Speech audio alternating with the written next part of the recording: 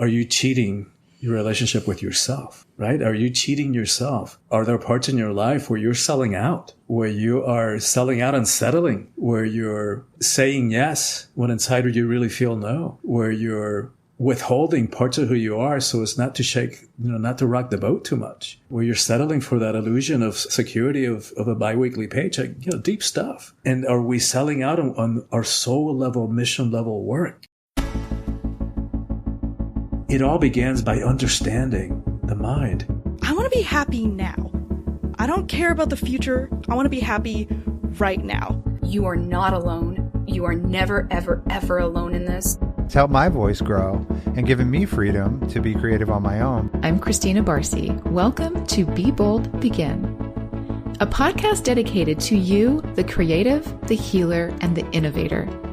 The topics and conversations we have here are designed to help you discover what might be getting in your way and offer you tools, techniques, and guidance to move through them. I live in the imposter's body more than I live in my own body. I don't have to feel like I don't deserve this. This is where creativity and healing intersect. If you decide to be bold and begin, you have the opportunity to feel humbled and empowered. I totally believe that.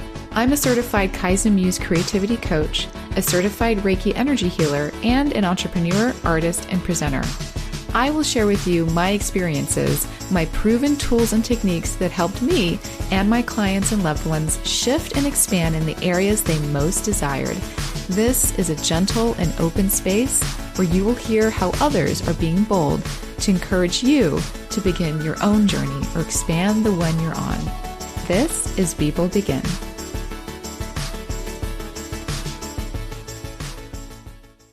It is still gratitude season. And the reason I focus on gratitude every year is not just to be grateful because it's a nice thing to do or because we want others in our life to feel appreciated by us, which are all really wonderful things. But I'm talking about something a bit deeper than that. When we really drop into the essence and vibration of what gratitude is, it can become the key to unlocking our abundance. When we have a practice that uses tools to bring us into the realization of all that we've already created for our current selves, and when we start to give ourselves credit for what we've already brought in, we can start to tap into that frequency of creating the next level we want. When we start to feel the essence of the new thing we want in our existing world that we have already created, then we unlock a power in us to do it again.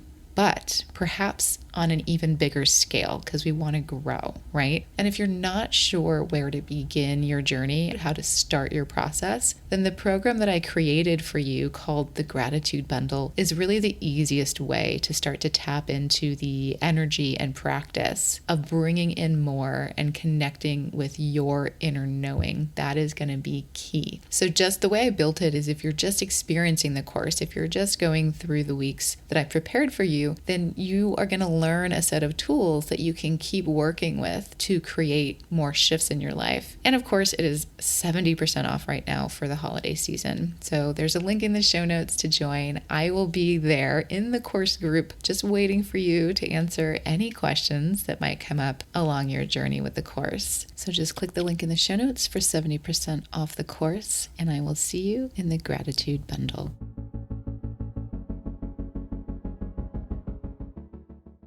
Hi, welcome back. This is Barcy, your host. And if you've been listening for a while, then you know one of my core topics to talk about here is identifying your purpose. The importance of discovering how to navigate from an intuitive place of authenticity that is uniquely you and true to your being, I truly believe is the key to navigating a life that you're in love with. So today we're going to explore this both through the journeys of my guests like Christian De LaHuerta or Shana Bianchi and a few more, as well as some of my solo episodes in which I give you steps and exercises that you can apply in your own life to begin or continue on your own journey with purpose. So I hope this episode stirs something deep inside you that intrigues you about yourself.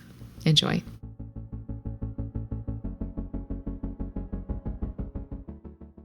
So I want to talk about your book a little bit. Yeah. And in your bio, I said it's leaning towards mindfulness. Do you just want to tell us a little bit about your inspiration for, why a book? There's so many things we can create to get our message out.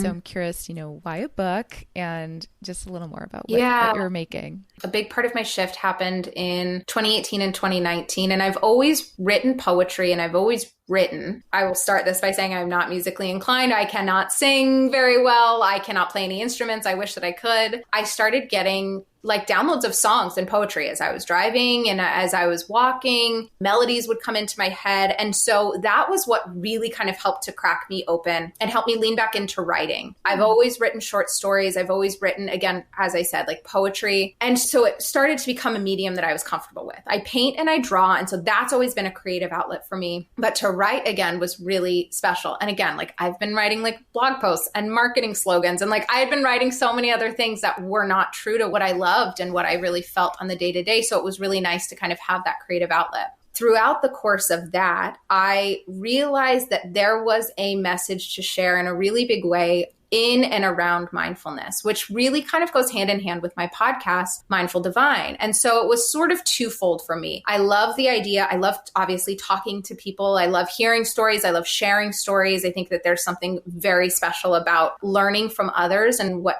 others have kind of gone through and been through and how they have overcome different struggles and strifes. And so it was one hand, the podcast to talk, and then the other hand was a book, because I wanted I wanted to create a guidebook for people. I had so many listeners, friends, family members who would say kind of what we were talking about. Shana, how do you manifest? What does it even mean? How to simplify it, but make it accessible. So I really wanted to create a book that had stories therein, but also had tips and tools and tricks and insight from thought leaders and spiritual gurus that were really helpful and inspiring to me. And anybody could turn to at any time and say, how do I live mindfully? What does mindful even mean? How do I tap in and tune in? And how do I unlock my purpose? And how do I understand that money is energy? It sounds like you already trusted yourself. You already trusted and had a relationship with your intuition. And that probably helped in this part of your transition and shifting. But it does sound to me like you were having this moment of really leaning into trusting that and questioning that maybe you shouldn't trust it, or listening to that voice in our heads. Do you remember that being a part of it for you? I mean, of course, I'm human and have my days of wondering and doubting and listening to that negative voice. But I really feel that if it's possible, that voice is just the ego that's talking. And if you can quiet it, I almost sometimes treat it like a child. When I have those moments, I allow it to come in, and then I say, thank you so much. Almost like to a kid. Thank you for saying what you think and what you feel and voicing your opinion. I'm going to need you to kind of go hang in this other room for a little bit, because it's not going to gift me what I need, and it will only drive me crazier and crazier. And again, I've totally been there. I do feel that I have always had a confidence, and it could just be more of a trust in the universe and a trust in myself. And I think so many of us doubt ourselves and don't have the confidence to know that everything is going to be okay, or they let the fear creep in. And if you can quiet and silence that fear, your life is endless. The potential to have beautiful, wonderful opportunities is endless, but you do have to stop living in that fear state. How are you talking to yourself? I remember asking my friends this a lot as I was exploring this journey, and even before, saying, how do you talk to yourself? Are you mean? Do you get really mad? Oh, stupid Shana, why would you go upstairs? You could have gone to, little things. I mean, some people are so hard on themselves, and it breaks my heart to think it's easy to. And there are times, last week I was being so hard on myself. I thought, what are you doing? Be nice. Praise yourself. Give yourself credit for being who you are and in your element. So that's one exercise that I do. Agreed. And permission to make those silly mistakes. Why did I walk into the kitchen? Oops. How totally. funny. Or why did I take this job? Or why did I negotiate better? Or why did I go out with that guy 3 times? He was a total asshole. I think that there are times when we're so hard on ourselves, instead of saying, what is this? Why me? What is this doing to me? Say, what is this teaching me? What did I just learn from that? I mean, I used to be I feel like I might have told this story on one of my podcasts, but if I would remember to put my keys in the right part of my purse years ago, I would say, oh, you're such a smart cookie. Good job. Because I could pull them right out. So I was always just affirming myself. And it sounds silly, but the way that we talk to ourselves, you would never talk to your friends or your family like this. I don't know why we give ourselves the okay to speak poorly to ourselves. It's not okay. It should not be okay. So really to be mindful of that. The other thing that I do, which is really interesting and also sounds bizarre, is before bed, if I'm really particularly having a low day, I will count down from 10, and on every number, I will try to compliment or affirm myself. And this is really big in confidence. And I don't even know, I made this up, I think, like years ago. That's great. 10, you are wise. 9, you are strong. 8, you are bold, whatever it is. And really, really believe it and think it. And that's been something that's really helped me. And another example that I've given friends and clients and has totally helped them. I mean, even just doing it for a week really helps to change your mindset and helps to affirm and build the confidence subconsciously, even if you don't believe it yet. And listen, there are days when I'm like, I get to 6 and I'm like, I don't know what else. I'm like, I'm not proud of myself today. I'm not. And you have to force yourself to do it no matter what. And there's something really beautiful and profound there.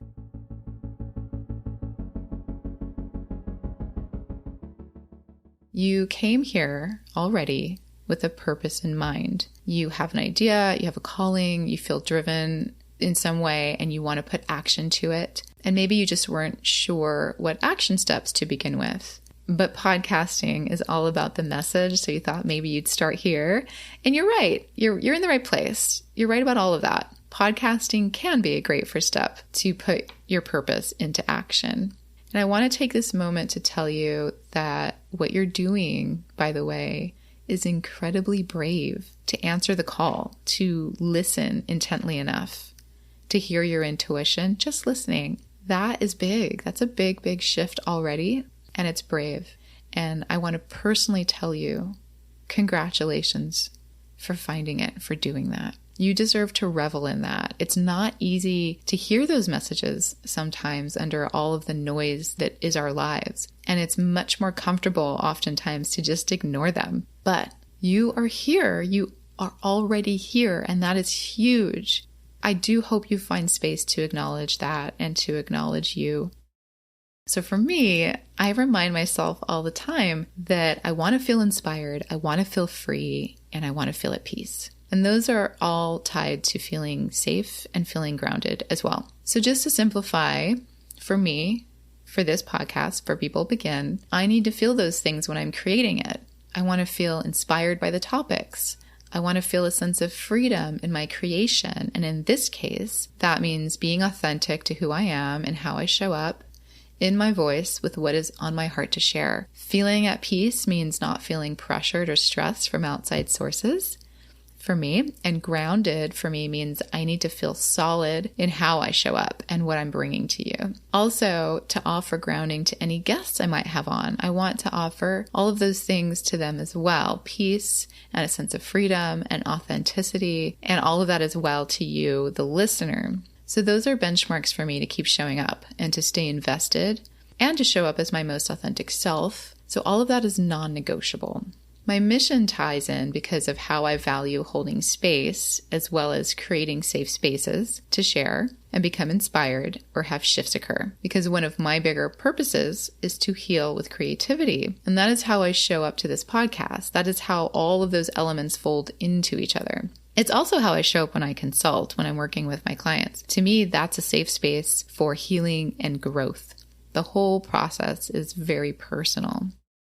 How do you see yourself in the future if you get to live your purpose fully and get to have your core values met in all you do? Now, how would you like to show up in this venture, in this moment, as you take your first steps forward? And try to think of those questions and answers from a place that is open, from a place that is abundant, meaning oftentimes when we try to imagine something that we want for ourselves, the negative reasons of why we can't have it will creep in and will stop us from seeing the full picture of what we would like to have for ourselves. Things like, that's not meant for you, or that's never going to happen, you can't have that, but maybe you can have this dimmer version of it. Things like that. So just notice that if it's happening and try to just recenter and try it again and just try to see the full picture that you want for yourself. So I want you to think of 5 to 10 words, single words that represent what you value at your core. And you're going to write them down. So on a piece of paper, you're going to write a list. I gave some examples earlier of what mine are when showing up to this podcast, for example. And the way to think of these is what you need most when engaging in a project, a relationship, whether that be a business relationship or otherwise, or an experience. And it's what you need to feel coming from you, and also what you want to feel from the others involved and the situation, and what you want to bring to the other's experience with you. So I want to feel it inside when I think of engaging with the project or person, and I want to bring this energy to the project and person as well. So here are some of mine again: freedom, safety, space, inspiration, love, openness, creativity. And there's more, but that's a few. Next, you're going to circle your top 3 that are the most important to you, that are non-negotiable. They're the most important. They must be a part of your life. And if you're unsure, you can imagine doing something without having each core value present. Go through them one at a time, feeling what it feels like to have it. Like, try to feel the energy of it for just a few seconds, just a few moments. And then do the same for what it would feel like not to have it. What would it feel like for just a few seconds fully to not have that core value in something specific that you're doing, or a relationship or something like that? But really pay attention to how it makes you feel. If you're feeling strain or tension without that core value present, then it is probably a must to have. For me, the first one I think of as non-negotiable these days is openness. I need that type of energy coming from me to make space for others so I can serve well. And I need it from others in order to be creative and stay in the flow and to feel safe in my own authenticity. And here's the big one that I almost even overlooked. I need openness for the process to feel joyful to me, for me to feel excited to want to do it.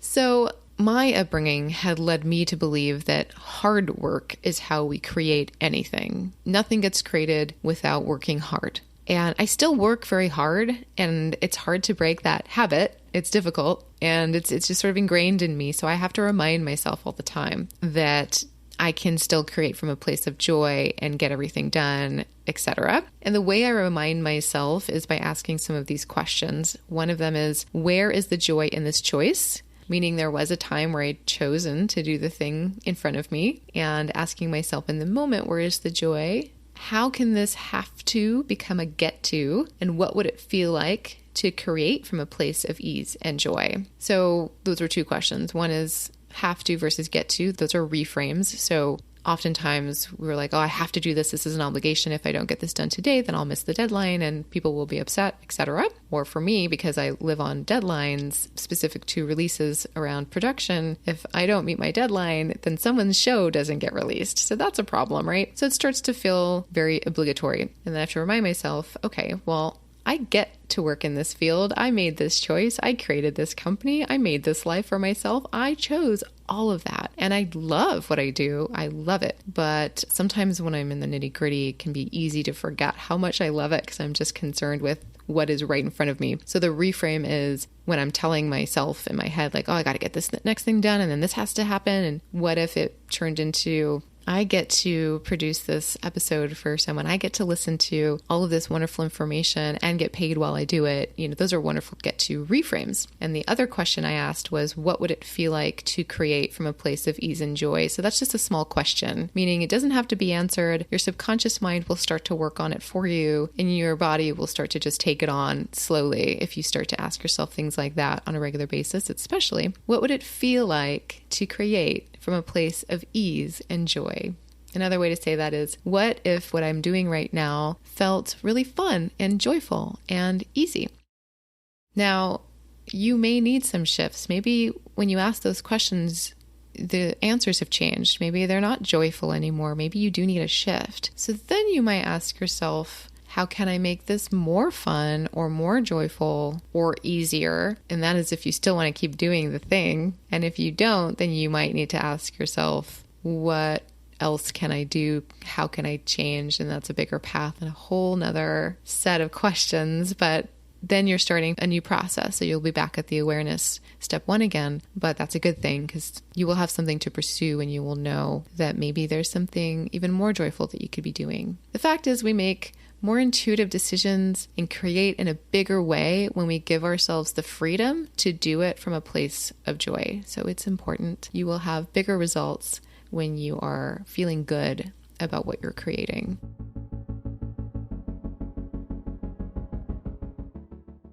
I was working in plastic surgery, did a little dermatology, and originally I was pediatric pulmonary. So I was working with kids who had cystic fibrosis and asthma. So I had been in a bunch of different fields. And I thought at that time, like, okay, well, I kind of lost that zest for it. I felt like kind of burnt out with the traditional medical model. And I was like, I think I'm just going to be home and I don't think I want to go back. And then, after my mom got diagnosed with cancer, I got my medical brain working again. So that sparked the interest to want to solve the problem and help her, right? Yeah. And then the investigation of, okay, well, there's more than just traditional Western medicine. And I'd just been exposed to Reiki, right around that time. My life had changed so much since I had been home. I'd gone into just yoga and eating organic and just taking care of myself. When I was younger, I was whatever. And I started just to have a different perspective on life. And then after my mom, I started to explore more spirituality and my purpose and just started to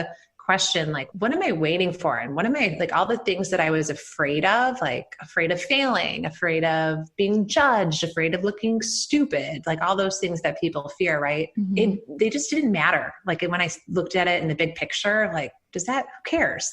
My mom's going through all of this.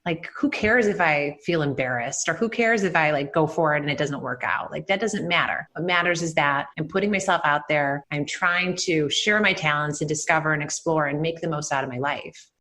I love in your bio that I read when you said live fully from a place of love and joy, that's possible. And I love that as your mission in a way to get that word out, that's possible. That's what I'm striving for. So it's kind of my intentions every day is that's how I want to show up in the world. And it comes down to checking in with myself a lot. Because I think I spent a lot of my life looking outside of myself for answers and looking outside of myself for validation and not really owning my power. I think for a while, I kind of gave it away. Everyone's telling me this is what you should be doing and this is how you should be thinking. Now it's really about, okay, well, I need to listen to myself. I need to tune into myself. How do I want to show up? Who do I want to be? What's possible for me? Because if you can believe that it's possible for yourself, it is, so it's really about knowing what do you need? What do you want? What do you desire instead of looking outside of yourself for that?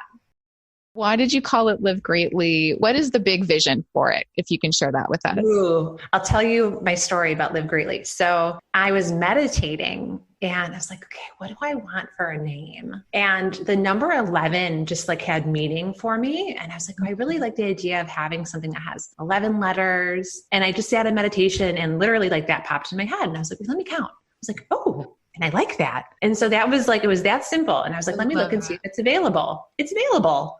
Awesome. Oh my God. There we go. I love that. That's amazing. Yeah. And so then it was really about, I have the insights to share and all that I've learned and all this knowledge. And I was like, okay, well, I'm going to start speaking. I've been lecturing and teaching, and I wanted to start kind of sharing that on a wider scale. And then the podcast. So started my podcast. I'm growing. So now it's okay, doing consulting and the speaking. And then I'm making a course, an 8-week course to help people with the video every day to kind of awaken to their passion, to optimize their well-being. And what I've really kind of discovered is something I'm extremely passionate about is helping people realize that they don't have to sacrifice on their way to achieving success. Because I think people do that. And I kind of grew up, I don't know, with that in the back of my head, you have to sacrifice to get what you are dreaming of, sacrifice in school, sacrifice. It's the social rhetoric. We're taught that. And even in relationships, people say all the time, oh, you have to make sacrifices. I hate that word.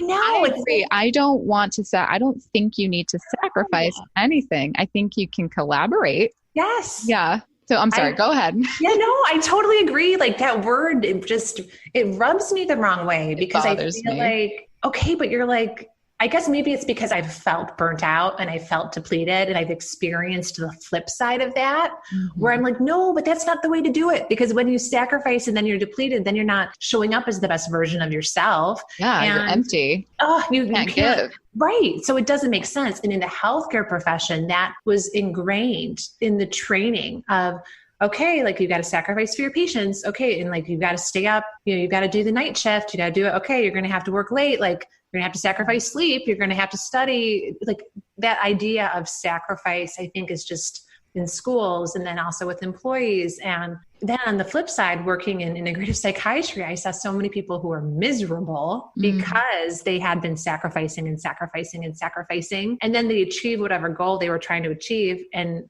they're not happy.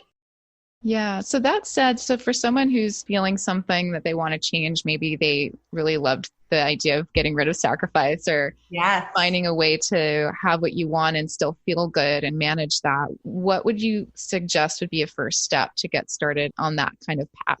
Ooh, set an intention. So intentions are so powerful and they are really profound. And there's actually research behind intentions as well. So research behind intentions, there were these guerrilla experiments. I don't know, have you ever heard of the guerrilla experiments? No. Do you have time to tell us? Yeah. They're so fun. Okay. So guerrilla experiments, they had a group of people watch a video of people playing basketball. And they told the people watching the video to pay attention to how often the team, and I think it was like the white colored jersey, how often they passed the ball.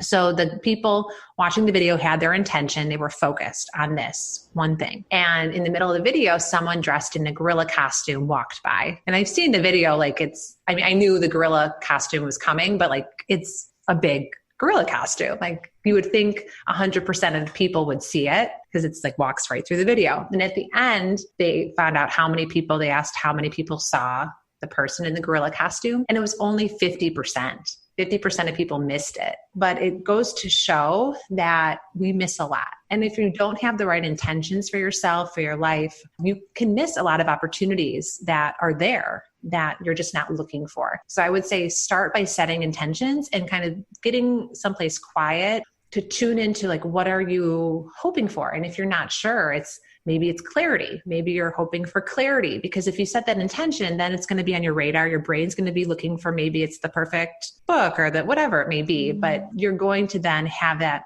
on your radar to look for it. And then on the spiritual sense, there's also the idea that, you're supported by the universe and et cetera. So that would be where I would start, would be setting intentions.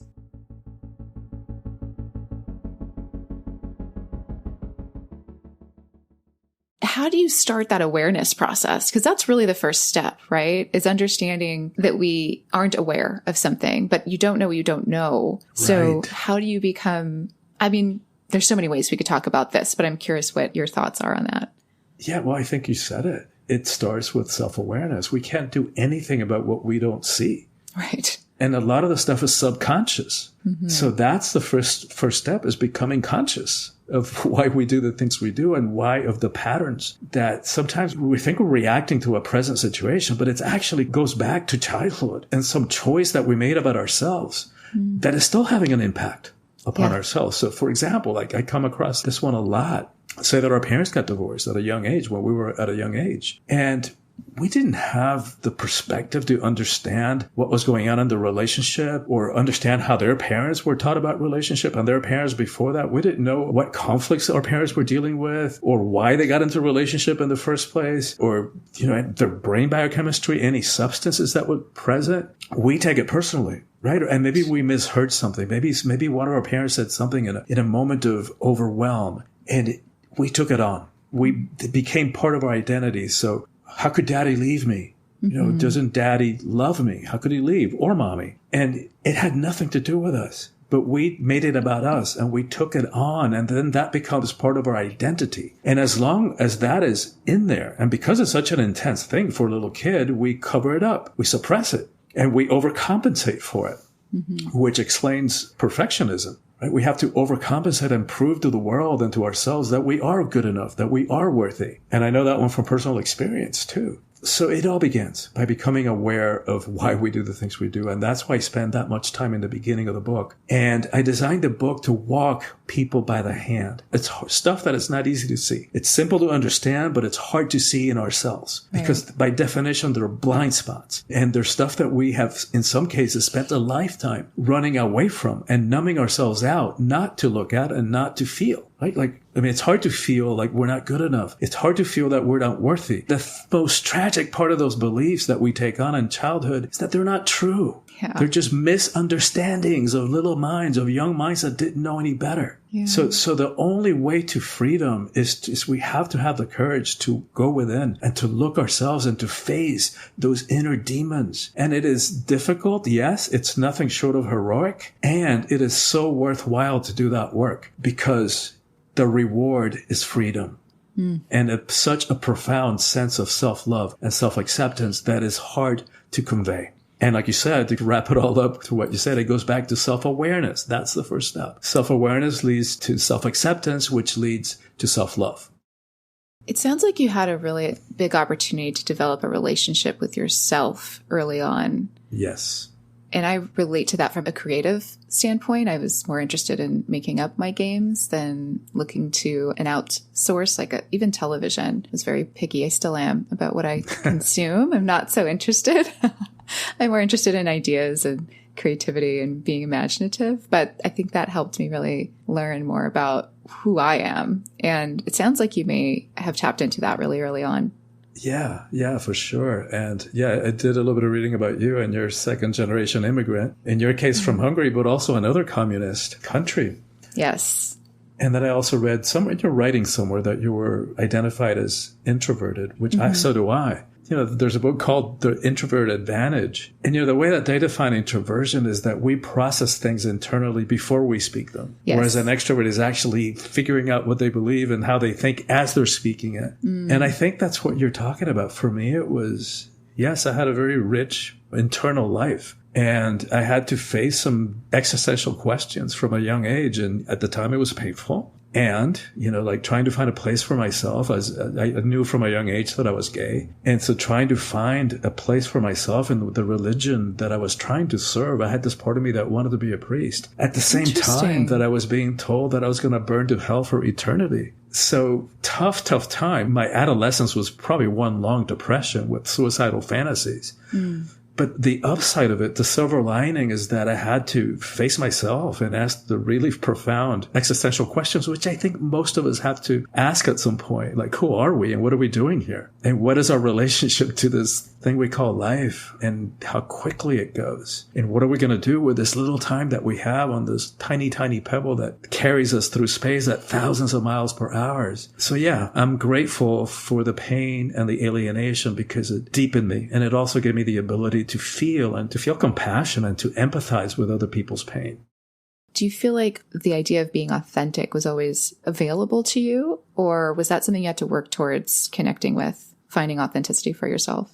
I mean, that's a great question. And I think there were layers to it. It was eye-opening to me that, I had rationalized not coming out to my parents. Because I figured, they didn't really need to know. The love was established. All my partners at the time were immediately accepted into the family. So I didn't feel the need to speak about it. But looking back on it, it was a rationalization. It was a difficult conversation that I was avoiding. But it took me realizing that, once I started teaching, very soon I started realizing, teaching about authenticity. And it dawned on me that I was withholding a huge part of who I was, of who I am, to my arguably most constant and most significant relationship, that with my parents. And this is interesting too, because it talks about how Carl Jung writes that we attract people into our lives and we create situations so that we can heal blind spots in us, parts that we can't see yet.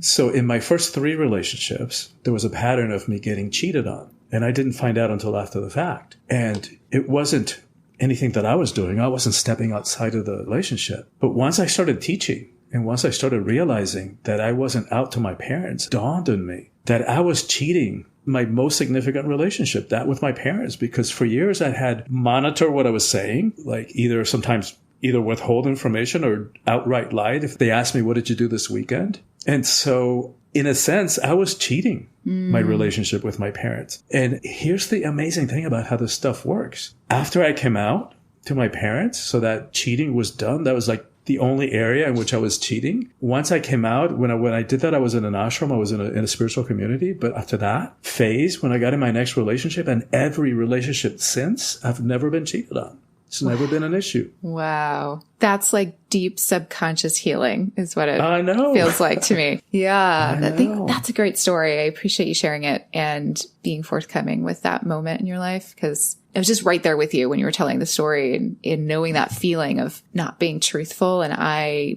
have a hard time not being truthful to the point where sometimes I overshare with the details of things because I just don't want to carry stuff I didn't share around with me, if that makes sense. So that can be really painful. Yes. And it's so important for anybody who this struck a chord with, who also has a pattern of being cheated on, and they don't have that situation like I did of coming out. But I would ask them to ask themselves, are you cheating your relationship with yourself? Right? Are you cheating yourself? Are there parts in your life where you're selling out, where you are selling out and settling, where you're saying yes when inside you really feel no, where you're withholding parts of who you are so as not to shake, not to rock the boat too much, where you're settling for that illusion of security of a biweekly paycheck, deep stuff. And are we selling out on our soul level, mission level work? And that's a whole other direction of the conversation. But if we're willing to do the work, right? If you're willing to ask ourselves these questions, then those external dramas of like getting cheated on in a relationship, they just disappear. They fall away. And by the way, this is not excusing anybody's behavior. Right. It's not. But it's saying that if we want to be free, we've got to look within.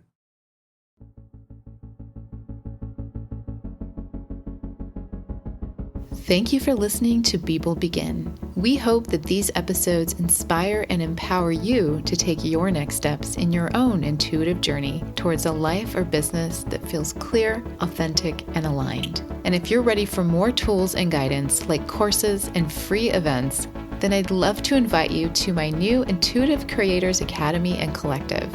It's free to join. Just follow the link in the show notes and remember to DM me once you get there to receive a special gift for being a listener of Be Bold Begin. I'll look forward to seeing you there.